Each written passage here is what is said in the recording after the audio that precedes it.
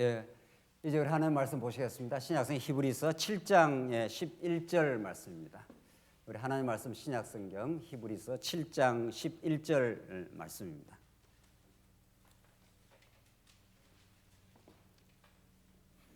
잘하신 줄 알고 봉독 드리겠습니다. 신약성경 히브리서 7장 11절 말씀입니다. 레위 계통의 제사 직분으로 말미암아 온전함을 얻을 수 있었으면 백성이 그 아래서 율법을 받았으니 어찌하여 아론의 반차를 따르지 않고 멜기세덱의 반차를 따르는 다른 한 제사장을 세울 필요가 있느냐? 제사 직분이 바뀌었은즉 율법도 반드시 바꾸어지리니 이것은 한 사람도 제단 일을 받들지 않는 다른 지파에 속한 자를 가리켜 말한 것이라.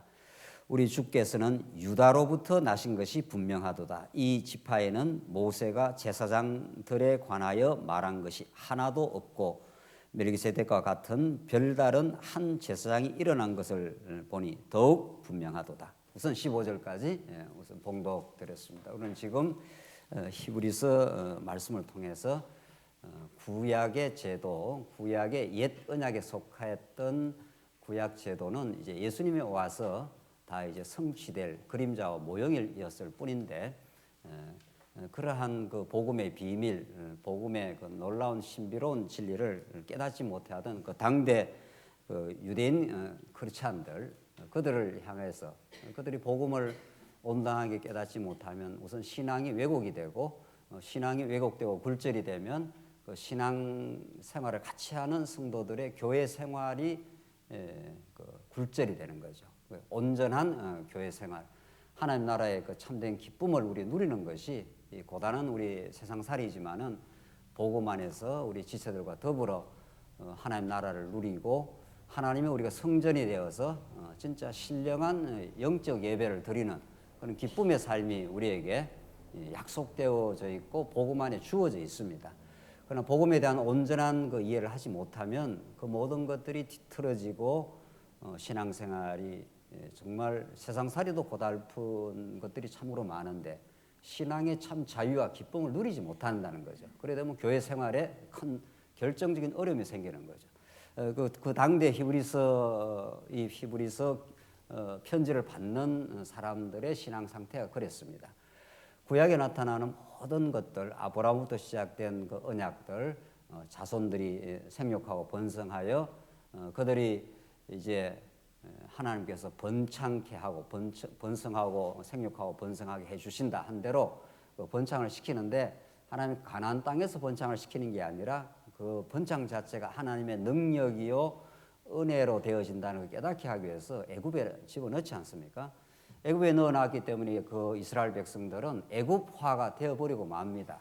애굽화 되었다는 말은 하나님 여호와를 모른다는 거죠. 그 애굽이라는 건 다 그 당시에 태양신을 섬기고 다 이방신을 섬기는 그런 사람들 속에서 태어나고 400년을 종살했기 때문에 그들이 이제 죄인이 되어버리고 만 겁니다. 그들을 하나님께서 언약대로 하나님이 그들의 신음소리를 기억하사 고난의 그 신음소리가 하늘에 상달되기까지 하나님께서 시간을 이제 하나님의 시간표를 따라서 기다리신 거죠. 그래서 그 고통의 시간을 하나님께 허락하셨다가 기적적인 방식으로 그 언약을 아브라함 언약을 기억하사 그들을 건져내십니다. 그래서 드디어 약속의 땅으로 인도를 해 가시는데 한 걸음 한 걸음이 하나님의 언약의 신실함 때문에 하나님의 자비하심 때문에 그들을 사랑하사 그들을 인도해 간다는 걸 깨닫게 하기 위해서 광야 40년을 돌립니다. 그들이 광야에 나와서 얼마나 범죄를 합니까? 그들은 범죄할 수밖에 없습니다. 400년 종살이했기 때문에 그냥 그들이 배우고 판단하고 같이 판단하는 모든 것들이 범죄입니다. 그러나 왜 하나님께 그렇게 하시는가 하면 그 많은 범죄 속에서도 불구하고 하나님이 한 번 언약했기 때문에 그들을 끝까지 긍휼히 여기고 가나안 땅을 인도함으로 그들이 가나안 땅 들어가서 자신을 찬양하지 못하게 하시고 하나님 언약대로 왔구나. 하나님의 은혜가 아니면 우리가 찬송 부른 대로 은혜의 힘이 아니면 아무것도 할 수 없구나. 그래서 하나님을 찬양하고 감격하고 그 하나님 나라라는 건 하나님을 찬양하는 곳이니까 지옥이라는 건 자기를 찬양하는 곳입니다. 내가 대단하다는 걸 찬양하면 그게 충돌과 갈등과 행복을 다 상실하는 거 아닙니까? 하나님을 찬양하고 하나님으로부터 감사하는 그런 그 행복한 하나님 나라를 만드시기 위해서 그렇게 하셨다는 겁니다. 그래서 그 광야 길에서 하나님이 이제 성전제도, 히브리서가 집중적으로 이제 거론하는 이 성막 혹은 다른 말로 이제 성전인 거죠. 성막은 이동식 성전이니까 광야 시대 때는 성막에서 하나님과 동행하도록 하나님의 거처가 되도록 아무리 범죄하고 이스라엘 백성이 광야에서 부패해도 하나님이 딱 시내산 언약을 주시는 거 아니에요. 그게 이제 시내산 언약을 줘서 40년 세월을 하나님이 그들과 동행을 해 주십니다. 우리 자녀들이 때로는 그 말 안 듣고 때로는 집 나가고 사춘기 때 반발하고 한다고 아버지가 그 자녀를 버리지 않지 않습니까? 오히려 더 안타깝게 보고 함께하고 그들이 그 자녀가 성장할 때까지 지켜주고 끝까지 디딤목이 되어주는 것. 그렇게 하듯이 우리 부모도 그래 하듯이 하나님이 이미 아브라함과 언약을 이미 맺었기 때문에 그 백성들이 광야에서 반역도 하고 하나님 앞에 불평도 하고 모세를 원망하고 뭐 그렇게 해도 하나님이 이 제사 제도를 하나님께서 시내산에서 딱 준 거죠. 그러니까 계명을 주기 전에 너희들 이 계명을 지키라 하지만 계명을 이스라엘은 하나도 못 지키잖아요. 그래서 지금 우리가 히브리서가 이제 구약의 이 아브라함과 맺고 이제 모세 언약과 관계된 겁니다. 집중적으로 이걸 다른 말로 말하면 히브리서 말씀에 따르면 이걸 옛 언약이라고 그러고 옛 언약의 인간 제사장 반차를 따라서 구약에는 계속 이 제도가 이 성전 제도가 이스라엘 백성들이 자손 땅 통치라고 하는 다윗 언약이 이루어져서 나라가 계속 보존될 때까지 아브라함 언약 뒤에 무슨 언약이 따라다닙니까? 모세 언약이 늘 이렇게 따라다닙니다. 예. 이게 이제 하나님 나라를 이루어 주겠다는 거고 이거는 이제 성전의 방식으로 그 나라의 핵심이니까 그 나라의 본질이 하나님이 통치하는 나라는 너희를 용서하고 사랑하는 나라다 이런 뜻입니다. 구약 나라가 너희들이 왕이 되는 나라가 아니라 내가 왕이 되는 나라인데 내가 왕을 보내주겠다 유다 지파에서 그 하나님의 나라는 그 본질이 성전의 방식으로 이 나라가 이루어지는 제사장 나라라는 거 아닙니까? 그렇기 때문에 너희들이 때로는 범죄하고 광야에서 어리석게 살고 또 심지어 가나안 땅 들어가서도 범죄해도 내가 너희와 끝까지 너희의 거처가 주겠다. 성전이라는 게 장막이니까 하나님이 거기에 이렇게 거하시겠다는 겁니다. 우리가 오늘 지금 하나님 우리가 우리 안에 거하시지 않습니까? 그렇게 은혜를 우리에게 베풀어 주시겠다. 이렇게 지금 구약의 그 배경이 있는 거죠. 그걸 우리가 총칭해서 모세 언약 우리 이제 히브리서 말씀에 따르면은 히브리서는 이제 새 언약이니까 예수님이 새 언약의 성취로 새 언약의 피를 흘리신 거니까 옛 언약의 방식보다 훨씬 뛰어넘는 이런 거죠. 이건 이제 모형이고 그림자니까 그 하나님이 요 성막에 계시겠냐고요.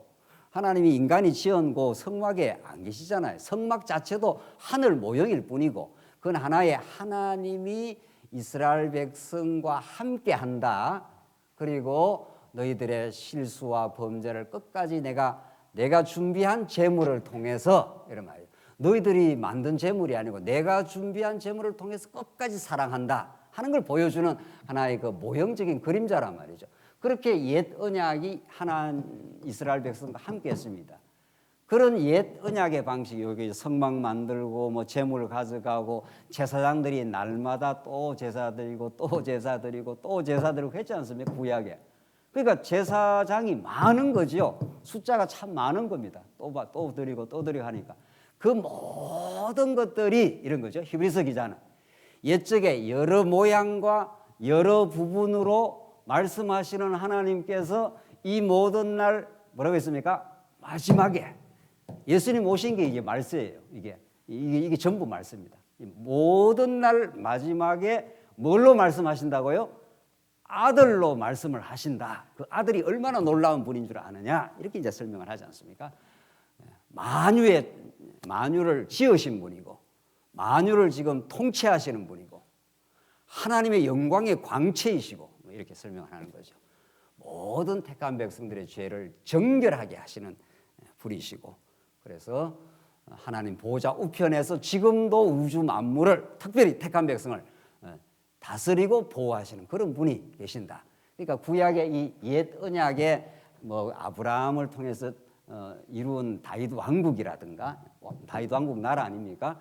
모세 언약을 통해서 이루어진 성막이라든가 이 모든 것들은 그림자고 이것과는 비교가 안 되는 인간 제사장과 비교가 안 되는 멜기세덱 반차를 따라오신 영원한 분이 계신다. 그분을 통해서 우리가 영원한 길이 열려버렸다. 이런 히브리서가 말씀하는 거죠. 그러니까 그런 하나님을 알면 우리가 시공간의 세계 속에서 우리가 때로는 범죄도 하고 어리석게 살기도 하고 답답한 일도 만나고 또 실제로 우리 육체는 이렇게 쇠하게 돼 있지 않습니까? 오늘도 우리 양택 집사님 추도 예배 우리 잠깐 갔다 왔습니다만은 같이 이렇게 육신으로 구하다가 우리 육신은 쇠하고 하나님 부르시면은 우리 육신은 흙으로 돌아갑니다. 그러니까 얼마나 인생 자체가 이 보이는 것만 바라본다면은 참으로 허망하고 안타깝고 아쉬운 일이 많겠어요. 그러나 그 모든 걸 통해서 영원의 길이 열린다는 거죠. 예수님이 영원한 제사장, 영원한 제물, 영원한 성전으로 우리에게 오셨다. 그래서 쾅쾅 하늘의 길이 열리는 거죠, 우리에게. 그래서 우리가 잠깐 이 땅에 살지만 영원한 뜻을 우리에게 반영을 하시고 영원한 사랑을 확증을 해 주셨다. 히브리서 기자는 그렇게 말하고 있는 거죠. 히브리서 놀라운 구약 계시를 이렇게 옛 언약의 방식을 쭉 바울이 아니라 히브리서 기자가 설명하면서 그 영원한 하나님의 제사장, 영원한 진리 쪽으로 우리를 이제 끌어가는 거죠. 오늘 본문이 그렇습니다. 그래서 우리 지난 시간 이제 예수님의 사역이 신분으로도 우월하고 사역으로도 얼마나 우월한지 모른다. 구약의 그 방식과는 비교가 안 되는 그런 사역적 방식이 있다 하면서 우리 지난 시간 그 예수님의 제사 사역 혹은 제사장 사역이 구약의 제사장 사역보다도 얼마큼 뛰어나신 분이다. 구약 제사도 참 중요한데 이런 말입니다. 구약의 이스라엘 백성들에게 제사가 없으면 우리 지난 시간 지금 계속 강조하지 않습니까? 구약의 이스라엘 백성들 광야에서 제사 제도, 신의 산 언약이 없으면 이스라엘 백성은 다 멸절입니다. 하나님께 나갈 수가 없습니다. 하나님을 만날 수도 없고 그 복음을 누릴 수도 없는 거죠. 여러분과 제가 그 구약 제사의 성취자로 오신 예수가 아니면 우리를 하나님의 아버지로 부를 수가 없는 거죠. 그만큼 구약의 제사 제도가 중요한 거죠.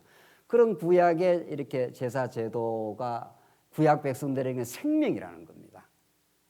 제사가 제도가 없으면 이스라엘 백성은 다 죽는다는 겁니다. 그만큼 중요한 제사 제도보다도 더 우월한 진짜 영원한 제사 제도로 오신 예수님이 계시다. 지금 그 말을 하고 있어요. 그래서 11절 보십시오.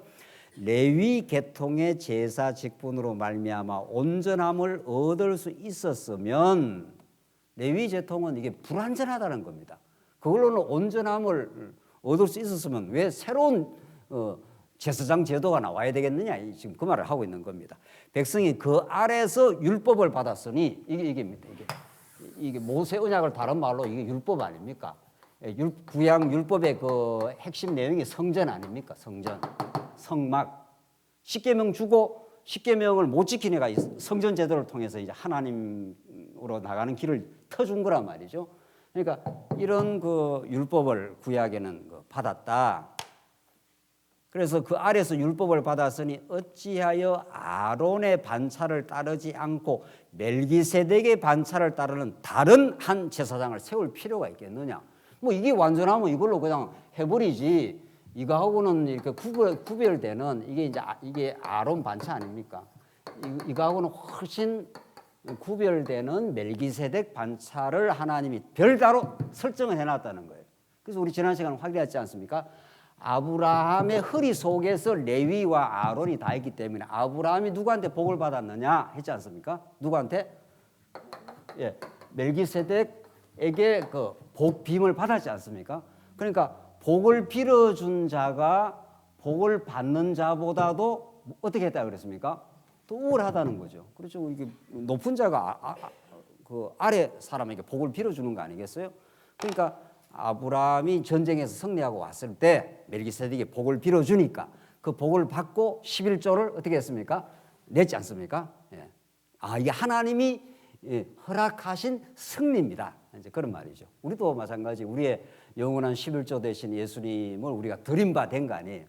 대표의 원리로 우리 지난 시간 다 그 말 했잖아요. 대표의 원리, 대석의 원리 그게 다 11조니까. 그러니까 우리가 예수님을 드린 바 되어서 우리 모두도 하나님께 승리를 얻은 거죠. 그래서 우리가 뭐 승리했지 않아. 우리는 그 제 아래 끌려다니고 패배했고 늘 실수가 많았고 범죄했지만은 예수 한 분이 드려짐으로 말미암아 우리도 어떻게 된 겁니까? 예, 승리한 거죠. 예.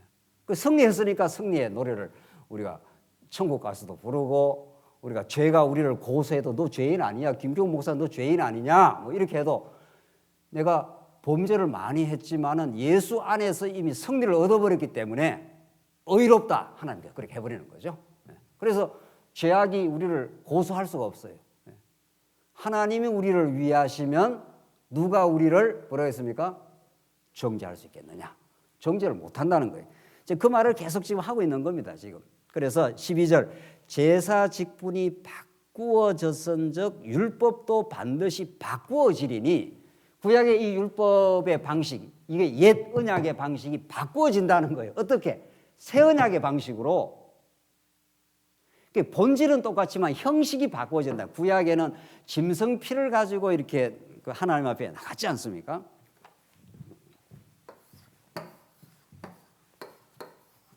우리가 잘 아는 대로 여기서 이제 그 양을 한 마리 죽여가지고 여기서 깨끗하게 씻어가지고 이렇게 여기가 하나님 계신 곳이 성전보다 더 성전 중에 성소 중에 진짜 성소. 그러니까 지성소지요.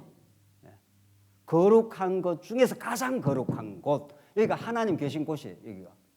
뭐 하나님 여기 계시겠어요? 그게 다 구약에는 다 상징이니까 여기 하나님 계신다고 그렇게 하나님이 우리에게 이제 깨닫게 하기 위해서 우리에게 요런 그림을 그려줘 준 거지요. 그러니까 이스라엘 백성이 하나님을 만나야 되는데 그러니까 신부가 신랑을 만나야 좋은 거 아니에요. 제가 그런 비유죠. 신부가 모든 걸 다 갖췄어요. 아파트도 50평 하나 딱 마련했고 세간사료도 마련했고 식당에 모든 거 다 마련. 신부가 다 마련했어. 뭐가 하나 빠졌어. 신랑이 없어. 그걸 꽝이라 그래요.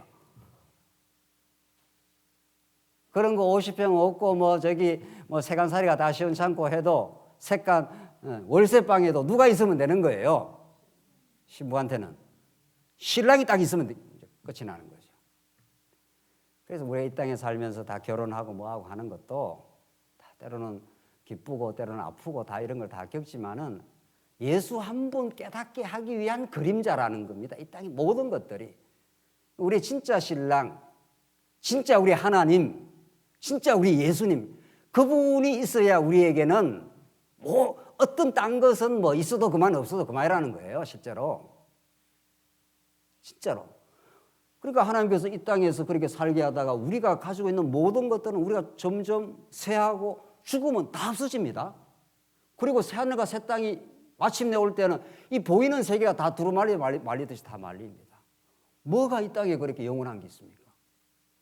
결국은 그 예수 한 분의 가치, 신부에게는 신랑의 절대적 가치, 그거 하나, 그걸 깨닫게 하기 위해서 모든 이 존재가 필요한 겁니다. 그래서 구약의 모든 옛 언약에 속한 모든 것들에 속한 율법의 방식, 이게 다 그림자였다는 겁니다. 그게 새 언약에 속한 예수 한 분에게서 온전히 다 이루어지기 때문에 방식이 다 바뀐다는 겁니다. 방식이 여기는 양을 잡고 또 잡고 매년마다 잡아가지고 여기 피를 가지고 들어가지만은 이런 방식으로 구약에는 하나님을 만나고 그 하나님을 즐거워하고 그랬지 않습니까? 그래서 여기 피를 제사장이 막 이렇게 뿌리고 돌아다닐 때 딸랑딸랑 소리가 나오면 막 이 밖에 있는 숨지고 있던 백성들이 와 하고 찬양을 하는 거죠. 구름으로 하나님께서 응답을 하시고 우리의 모든 1년 동안 지은 모든 죄를 다 사해버렸다. 완전히 그 죄짐을 다 털어버리는 거 아니에요. 1년에 한 차례씩. 그게 대제사의 일입니다. 그게 이스라엘 백성들에게. 그때는 할렐루야 하는 거죠. 그 마음의 모든 부담과 어려움들을 다 털어내는 시간이란 말이죠. 예수 믿으면 그렇게 된다는 거죠. 우리가 지난날에 실수했던 거, 잘못했던 거, 하나님 앞에 범죄했던 거, 이 모든 것들은 예수 한 분 십자가 위에서 다 정리해 주심으로 우리 그걸 지금 이제 믿지 않습니까? 그래서 방식이 바꾸어졌다는 겁니다. 이제 그런데 왜 너희들이 성전에서 자꾸 운운하며 율법 지킨다고 하며 그 당시 자꾸 유대주의자들이 율법을 갖다 대가지고 그 무거운 죄짐을 지게 하고 지금 그랬단 말이죠. 그러니까 그거 아니야. 그 모든 것들이 다 바뀌어지는 것이지 새롭게 개혁되는 것이라고. 예수 안에서 총체적으로 성취된 것이라고. 그분을 깨닫게 하기 위한 그림자적인 방식이라고. 뭐 다윗 왕국이니 뭐 성전이니 뭐 율법의 뭐 조항들이니 이런 것들. 그러니까 우리는 구약의 그 많은 율법의 조항들, 레위기, 민수기, 신명기 그 다 율법 조항들 아닙니까? 그 수많은 뭐 양의 피를 이렇게 가져와라, 뭐 떡을 이렇게 가져와라, 소제를 이렇게 만들어. 그 모든 것들을 우리는 읽을 이유가 있어요. 하나하나 구약적 그림을 읽을수록 그게 전부 한 분의 영원한 사역 안에서 다 이렇게 집중이 되고 그분 안에서 수렴이 된단 말이죠. 그 예수가 그렇게 좋은 분이고 능력 많은 분이다. 지금 뭐 히브리서 기자는 뭐 계속 그 말을 하고 있는 거예요. 그분이 얼마나 우리에게 가치로운 분인지 모른다. 우리 신부한테는 절대적이고 영원하다. 다른 건 있어도 그만 없어도 그만이다. 그런 거 거기에 연연할 이유가 없다. 우리 예수 믿는 사람이 그분의 사랑 속에 우리가 산다면 그런 말이죠. 신랑 좋으면 좀 부족한 것도 더 좋습니다. 월세방 안 살아봤습니까? 월세방 살아도 신랑이 좋으면은 어렵고 힘든 게 더 좋다고요, 사실은. 그러니까 우리가 진짜 복음을 복음답게 깨달으면 이 땅의 가치들, 우리가 세상 사람들이 그렇게 대단하다고 하는 그 가치들이 그래, 그거는 뭐 하나님 주시는 그냥 분복이니까 뭐 조금 여유 있게 있을 수도 있는 거고 없을 수도 있는 거고 그런 거지. 그게 우리의 가치를 규정해 주지 않는다. 진짜 그분이 우리를 영원히 사랑하신다. 영원히 우리 죄를 속해버리신 분이 계신다. 그런 거죠. 그 우리한테 그런 그 든든함, 우리 신앙의 확고부동함, 그 가치 이런 것들이 우리에게 이미 주어져 있는 거죠. 그 복음이라는 것은 우리가 만들거나 뭐 믿어야 찾아오거나 이런 게 아니고 이미 주어져 버렸습니다. 선물로. 그걸 우리가 얼마나 성령의 깨달음을 통해서 우리가 어마어마한 가치가 주어져 있다 하는 걸 우리가 자꾸 깨달아 간다는 거 아닙니까? 부모가 어마어마한 부자예요. 그 사람이 은행에다 엄청난 그 재물을 이미 저축을 다 해놨단 말이에요. 그 자식이 그걸 모르는 거죠. 그러니까 어디 가서 거지 노릇을 자꾸 한다는 거 아니에요. 우리의 진짜 하늘 아버지가 우리를 허락해서 우리를 사랑해서 저축해 놓은 그 영적인 그 부요함, 그 넘치는 사랑, 그의 용서함, 이게 다 지금 히브리서 기자의 메시지입니다. 바뀌었다는 거예요. 구약은 다 그림자였다. 예언약에 속한 것들. 여기에 왜 매여 있느냐? 왜 보이는 성전, 보이는 제사장, 보이는 아브라함, 보이는 모세 그런 인간 중심의 그 구약적 그 신앙에 매여 있느냐? 다 한 분을 설명하기 위한 것이었다. 그죠? 그래서 바꿔진다는 거예요. 12절, 13절. 이것은 한 사람도 제단 일을 받지 않는 다른 지파에 속한 자를 가리켜 말한 것이다. 자, 이 영원한 제사장은 구약의 그런 지파에서 특별한 지파인데 지금 보면 14절 거기 설명을 합니다. 우리 주께서는 유다로부터 나신 것이 분명하도다. 이 예수님은 제사장은 제사장인데 유다라는 유다에서 왕의 홀이 떠나가지 않지 않습니까? 그러니까 구약에는 이 아브라함의 허리에서 열왕들이 나온다 그랬지 않습니까? 여기서 이제 다윗 왕이 나오지 않습니까? 구약에는 왕과 제사장이, 그리고 더 하나 더 말하면 선지자가, 이게 예수님의 3직 아닙니까? 이게 마태복음에서 그 직임으로 성취한다는 거. 예수님이 선지자요, 예수님이 왕이시요, 예수님이 뭐로 왔습니까? 제사장이요. 이게 히브리서에 구약에는 왕, 제사장, 선지자가 분리가 다 돼 있은 거죠. 그러니까 구약의 왕은 유다 지파에서 왕이 나온다 해서 다윗이 유다 지파에서 나왔지 않습니까? 이 제사장은 아론 반차, 레위 지파 가운데서 아론 반차에서 나와요. 선지자는 또 다른 직분인 거죠.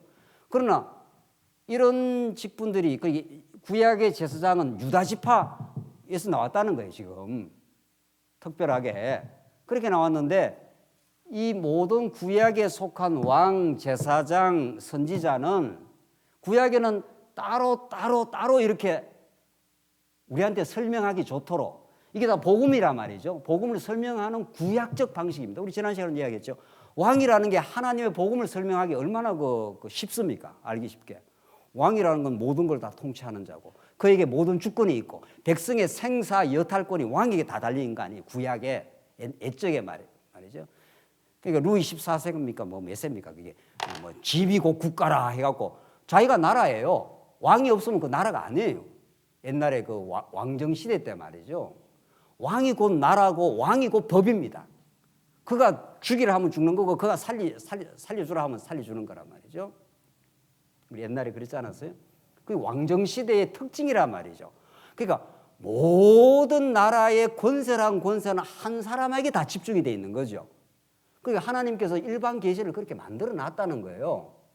누구를 설명하기 위해서? 하나님을 설명하기 위해서. 하나님께 모든 권세와 권위와 권한이 다 집중되어 있습니다. 그분이 우리에게 모든 걸 다스려주고 통치하는, 그러니까 왕 제도를 하나님 허락한 거죠. 자, 제사장은 누군가가 희생을 한다는 거예요. 제사라는 거. 제사라는 게 희생 아닙니까? 하나를 죽이는 방식 아니에요. 이것도 복음을 설명하는 방식이었다는 겁니다. 이런 왕과 제사장과 선지자, 구약에는 따로따로 있었지만, 이제 새 언약의 방식이 오면은 이게 다 어떻게 되는 겁니까? 한 분에게 다 통합이 되지 않은. 그러니까 예수님이 내가 참 선지자다, 내가 진짜 왕 중에 왕이다, 내가 진짜 제사장이다.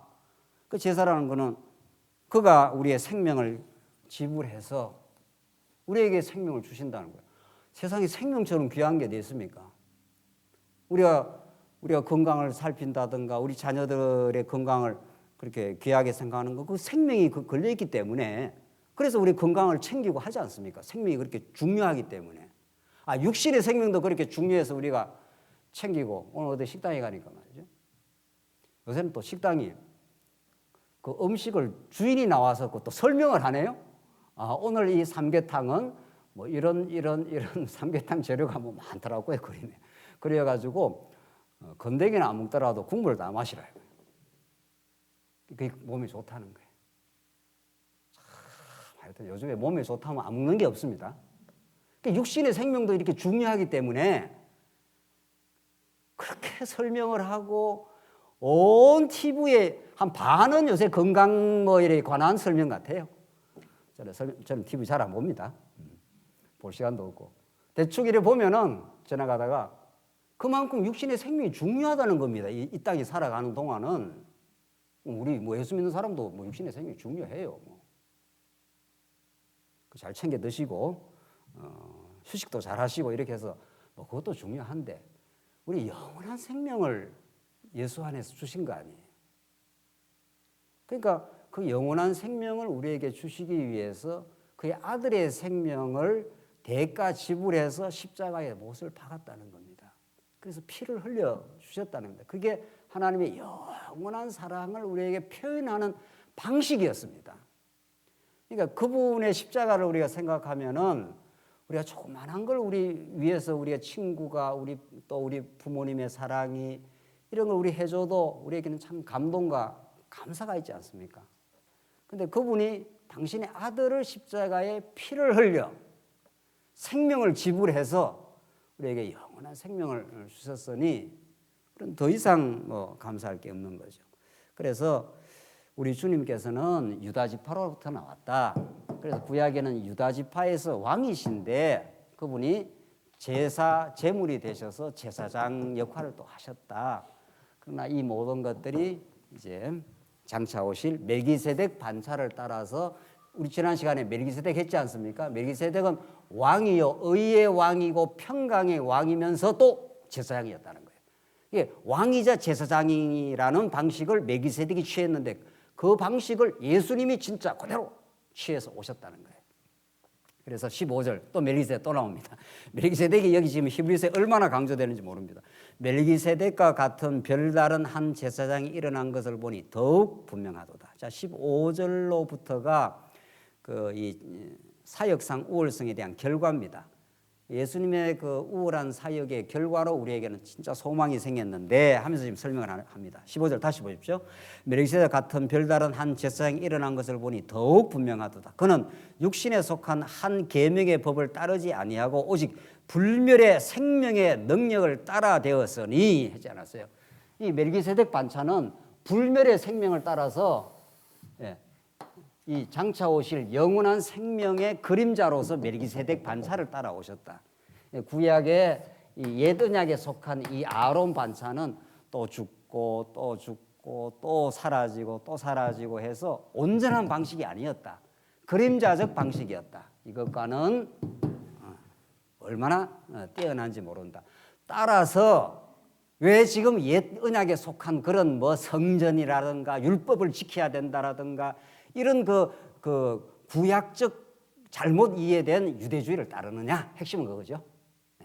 그게 아니다. 우리는 그 모든 것이 예수 안에서 성취되고 우리는 풍성한 하늘의 복을 우리가 받은 사람들이다. 지금 그걸 지금 바울이 히브리서 기자가 설명하는 거죠.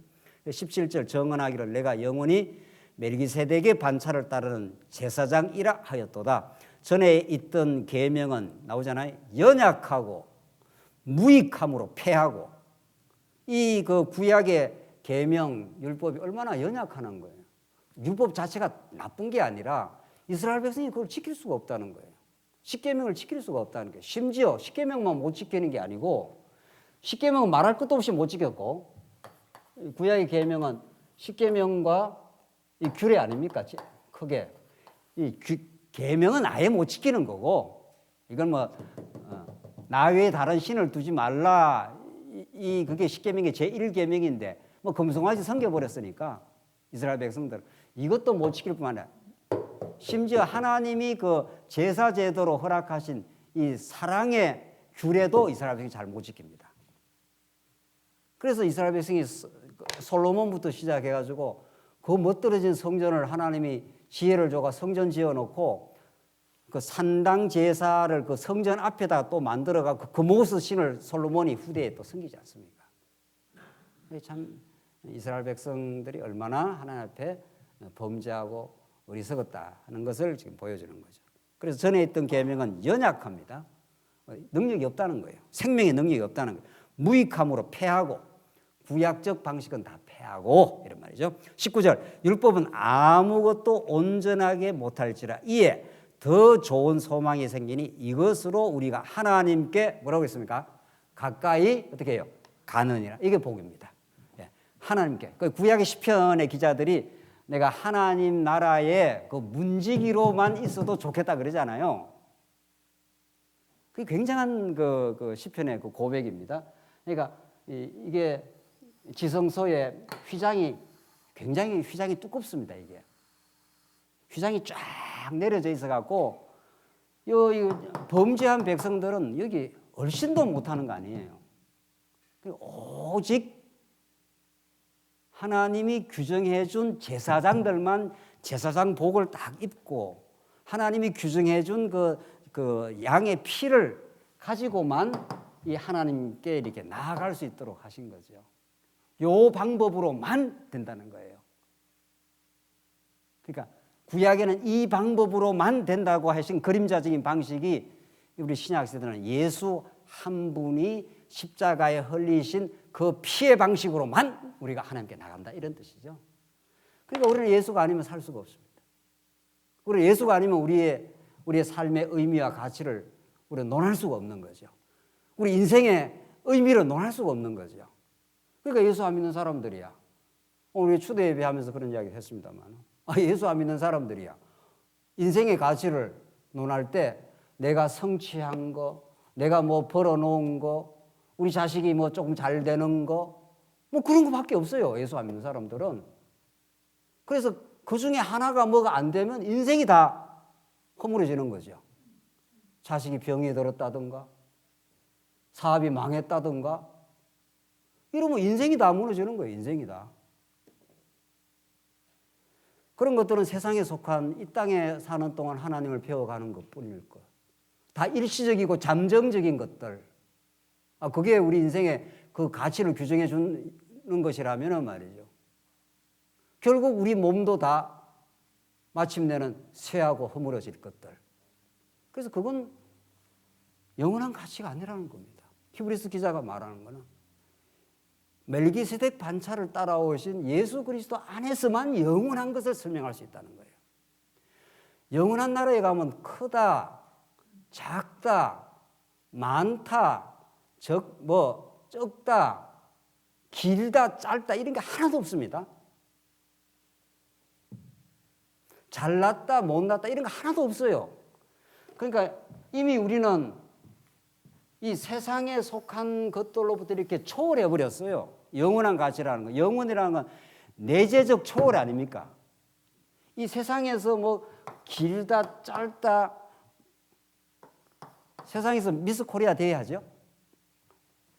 누가 예쁘다, 못났다 규정합니까? 저것들이 마음대로 규정하는 거예요.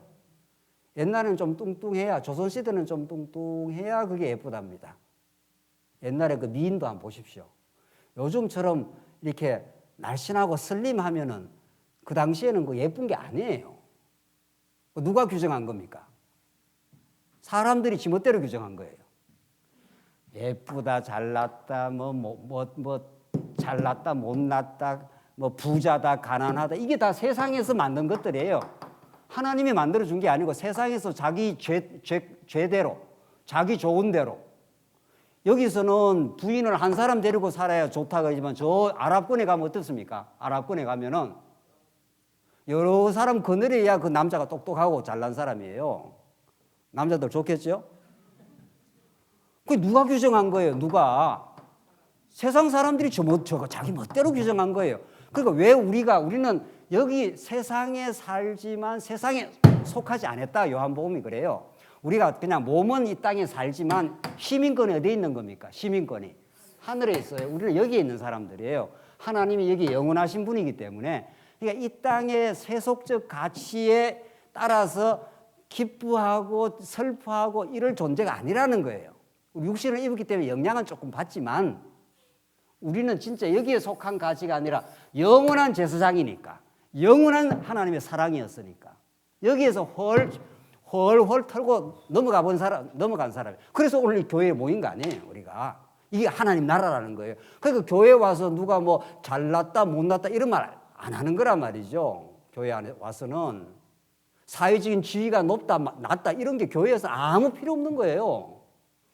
그게 히브리서를 제대로 우리가 배우고 우월한 신앙을 가졌다면 그렇게 되는 거죠. 우월하다는 거 아니에요. 세속주의를 훨씬 우월한 예수 그리스도가 하나님의 아들 그분이 우리 위해서 죽어주시고 영원한 사랑을 우리에게 확증을 시켜줬기 때문에 이런 세상적 가치에 우리가 휘둘릴 이유가 없는 사람들이에요. 여러분과 저가. 그렇잖아요. 그게 복음적 신앙이라는 거예요. 히브리서 기자가 말하는. 그러니까 더 좋은 소망이 생기니 이것으로 우리가 하나님께 가까이 가느니라. 하나님께 가까이 갈 수 있는 길이 확 열려서 하나님을 우리 여호와로, 하나님 그분을 우리 아버지로 모셨기 때문에 하나님을 아버지로 모셨는데 이 땅에 속한 게 우리를 그렇게 대단하게 괴롭게 하고 힘들게 할 이유가 뭐 있냐 이 말입니다. 지금 쉽게 말해서. 그 여러분과 제가 오늘 이렇게 우리가 말씀을 듣는 우리만이라도 정확하게 영원한 가치를 우리가 터득하다 칩시다. 우리 너무 자유로워지는 겁니다. 이 세상의 가치에 대해서. 그냥 사는 거죠. 그때. 또 하나님이 우리 육신적으로 주시는 것도 정확하게 주십니다. 지금 여러분과 저에게 주신 게 가장 적당한 겁니다. 그거는 논의의 여지가 없습니다. 더할 수도 없고 어떻게 해요? 덜할 수도 없습니다. 하나님 섭리하시는 거지. 그걸 우리가 진짜 그런 복음을, 영원한 생명을 그렇게 우리가 믿고 사는 겁니다. 우리 예수 믿는다는 게 그런 겁니다. 그런데 우리가 예수를 믿긴 믿었어. 이제 예수를 이 땅에 우리가 아직은 육신을 가지고 이 땅에 살지 않습니까? 몸은. 가치는 여기에 이미 얻었지 않았어요? 시민권을. 그런데 쉽게 말하면 우리가 미국보다 더 좋은 천국 더 좋으냐고 말하면 되겠냐고요. 비교가 안 되는 더 좋은 시민권을 얻어버렸는데 아직도 맨 국적을 여기 있는 줄 알고 살면 얼마나 그거 하나님 보실 때 안타까워요. 야, 우리들은 하나님 너 시민권은 천국 시민권이야. 그럴 거 아니에요, 우리를. 그게 정말 우리는 복음이 주는 그 자유, 영원한 가치, 그 풍요함, 그런 소망이 생겨버린 사람들. 그래서 우리가 이 땅에 사는 동안, 그래서 우리 교회라는 게 와서 경쟁을 한다든 그럴 이유가 없어진 사람이 경쟁을 왜 합니까? 우리가 교회에서. 그거는 세속적인 가치 체계에 사로잡혀 있을 때 더 잘났다 못났다를 따지고 더 잘난 그 자기를 입증하려고 경쟁을 하는 거 아니겠어요? 올림픽이라는 게 전부.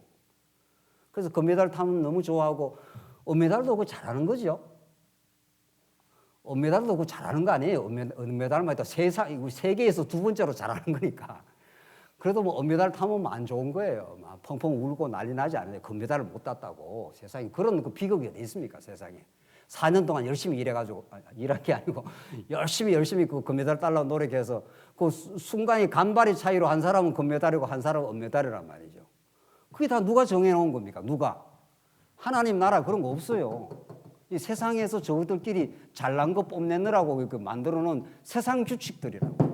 그런 것들 우리하고 아무 상관없어요. 우리는 금메달을 타든 은메달을 타든 너끼리 잘 놀고, 우리는 하나님 나라 백성이니까 우리 교회에서 얼마나 좋습니까? 교회 우리 성도들 간에 이 성도들은 하나님을 사랑하고 저 성도님 저 성도를 사랑하고, 우리 장로님은 이런 은사가 있어 이렇게 교회를 봉사하고, 저 장로님은 저런 은사를 줘 저런 방식으로 교회를 봉사하니, 그게 모든 게 그리스도의 영광을 위해서 다 쓰여지고 소중하고, 그러니까 우리가 다 서로 존중하고 행복해지는 하나님 나라가, 그게 성전입니다. 하나님이 거하시는 곳, 이런 뜻이니까. 성전은 하나님이 거하신다는 거예요. 하나님이 거하시는데 이 세속의 가치가 작동을 하겠느냐고요. 하나님의 가치밖에 없지. 그렇잖아요. 하나님의 가치는 사랑이요, 우리가 찬송 불렀던 은혜의 힘이요, 그런 것만 우리를 작동하고 우리를 하나 되게 하십니다. 참 우리가 복음을 많이 들었지 않습니까? 그동안도. 그 복음을 들은 복음을 이제는 우리가 좀 곱씹을 이유가 있고, 우리의 삶에 진짜 우리의 실질적인 가치가 되길 바라는 거죠. 우리가 정말 그렇습니다. 하나님 이 복음을 들어서 우리는 기쁨이 있습니다.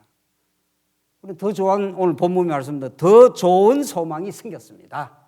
구약과는 비교가 안 되는, 그 본질은 똑같은데 그 방식상 구약과는 비교 안 되는 그런 구약의 계명이 무익하고 연약해서 이스라엘 백성들이 많이 힘들어하고 광야에서 옛사람을 죽어나갔지만, 하나님이 그 속사람을 키워서 가나안 땅으로 인도했던 것처럼 예수 안에서 우리는 진짜 좋은 소망이 생긴 사람들입니다. 영원한 나라가 우리의 것이 되었습니다. 그래서 우리는 나그네 길을 걸어가면서 가볍게 우리는 전진할 수 있습니다. 그 복음 안에서 참된 승리가 있길 바랍니다. 기도하십시다. 자비하신 하나님 아버지, 은혜를 감사합니다. 우리 예수님 안에서 구약의 모든 옛 언약을 성취해 주시고, 우리가 이 땅에 살지만 이 땅에 속하지 아니한 하나님 나라 시민권을 허락하셔서 감사합니다. 그 복음의 기쁨이 우리 모든 성도들의 기쁨이 되게 하셔서 참으로 우리 교회가 그 하늘나라의 영원한 기쁨을 나누어 주는 행복한 우리 교회 되게 하나님께서 우리를 붙들어 주시옵소서. 예수님 이름으로 기도하옵나이다. 아멘.